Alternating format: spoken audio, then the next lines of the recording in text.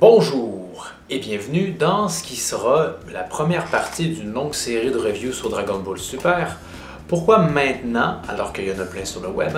C'est parce que pour certains, je trouve que c'est un peu trop gentil comme critique. Dragon Ball Super, je ne trouve ça pas super. Et donc, je pense que c'est l'heure de donner une heure juste, de donner l'occasion de satisfaire un auditoire comme moi, qui voudrait voir un peu, pas forcément du bashing, ça va toujours être quand même des critiques qui sont relativement fondées de Dragon Ball Super. Donc, ce qu'on va faire aujourd'hui, c'est commencer par s'attaquer aux deux premiers arcs, donc l'arc Beerus et l'arc Golden Frieza. Dans les prochaines vidéos, on attaquera les autres arcs, arc Champa, etc., etc. Donc, commençons par Beerus.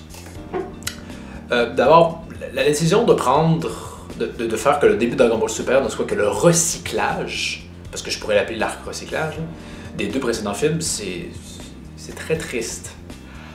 Je veux dire, l'animation va être moins bonne, le rythme va être moins bon. Pourquoi j'en parle ne serait-ce que là? Ça sert à rien. Je veux dire, pour beaucoup, Dragon Ball Super a commencé quand ces deux arcs-là ont été conclus et qu'on allait enfin, avec l'arc Champa, vers du nouveau.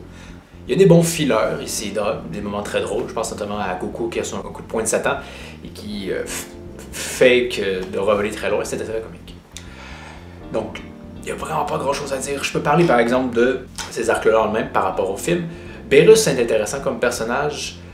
Par exemple, j'avais oublié, hein, dans l'anime, ils ont ajouté le fait que quand Goku et Beerus se battent, l'univers va potentiellement être détruit parce qu'ils sont trop puissants. C'est quelque chose qui ne va jamais revenir plus tard.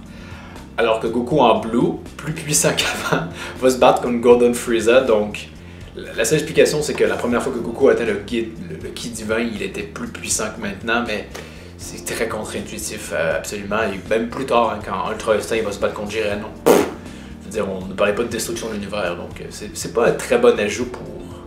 En plus, de mon souvenir, c'était vraiment juste des personnages qui le disaient. On ne le ressentait pas, hein. Il fait juste dire « Ah, l'univers, il va péter », mais Cell Gohan, c'était plus impressionnant. La mise en scène était plus impressionnante à l'époque. Donc, l'arc Beerus... Encore une fois, j'aime le rôle, mais les ajouts n'étaient pas tellement intéressants.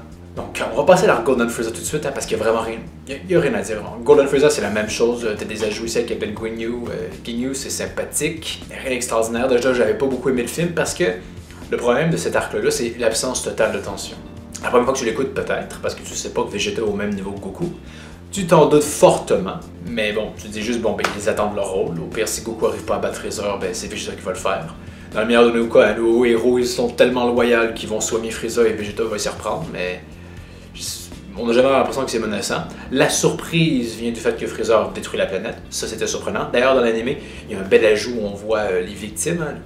Qu'est-ce qu'ils font avant de mourir et bang, ils meurent. C'était assez glauque, c'était bien. Par exemple, par après coup, on va découvrir, et ça c'est une tare de Dragon Ball Super, et ça ne va pas cesser de revenir encore. C'est le pouvoir vachement trop cheaté. Donc oui, ce qui peut revenir, je crois, c'est 3 minutes ou 30 secondes dans le passé, peu importe lequel des deux, c'est juste trop fort, hein? C'est juste trop fort. C'est même surprenant que ce n'est pas revenu plus souvent que ça dans la série, mais c'est incroyable. Et présentement, hein, on pense qu'il y a peut-être une révolte des anges, mais avec un pouvoir pareil, c'est mort. Hein? Le grand prêtre, s'il est capable de faire ça, je vois pas comment Goku peut réussir à se battre contre quelqu'un qui, littéralement, connaît le futur parce qu'il l'a vécu. Donc, pas beaucoup de tension. Freezer revient juste pour se refaire tuer. On peut être content maintenant comment il est dans l'arc du tournoi du pouvoir, mais bon, hein, on se rend compte qu'il... Pour arriver à ce résultat-là, ils ont dû réessayer et se planter littéralement. Donc, ces deux arcs-là, il n'y a vraiment rien à en tirer, comme je disais, pour beaucoup de fans, notamment moi, Dragon Ball Super ne commence pas là. Hein, on oublie ça, l'animation elle est pourrie. D'ailleurs, on va se révéler que malheureusement, ça va être une grosse tare qui va continuer de hanter Dragon Ball Super tout le long de sa diffusion. C'est vraiment que le budget n'est souvent pas là, parfois là, pas au bon moment. On en reviendra dans d'autres vidéos. Vraiment, donc, si je devais donner une note à ces deux arcs-là, ça serait 3 sur 10. Je veux dire, ça se regarde, mais je veux pas regarder ça. C'est pas intéressant, vraiment pas, et c'est dommage parce qu'il y avait l'occasion de faire différemment. Hein? Pas juste de faire des petits ajouts, mais de dire que comme, oui, c'est des films, mais différents, donc regardez-nous, de façon, regardez-les, mais c'est pas le cas ici, c'est des films avec des ajouts. Il n'y a pas grande différence, et quand il y a des différences, hein, la destruction de l'univers, on nous le dit, mais on n'y croit pas, c'est pas extraordinaire. Donc ça conclut mon opinion sur ces deux arcs-là, donc 3 sur 10, donc c'est pas extraordinaire. On se retrouve pour la prochaine vidéo sur l'arc Champa, le premier arc original de Dragon Ball Super.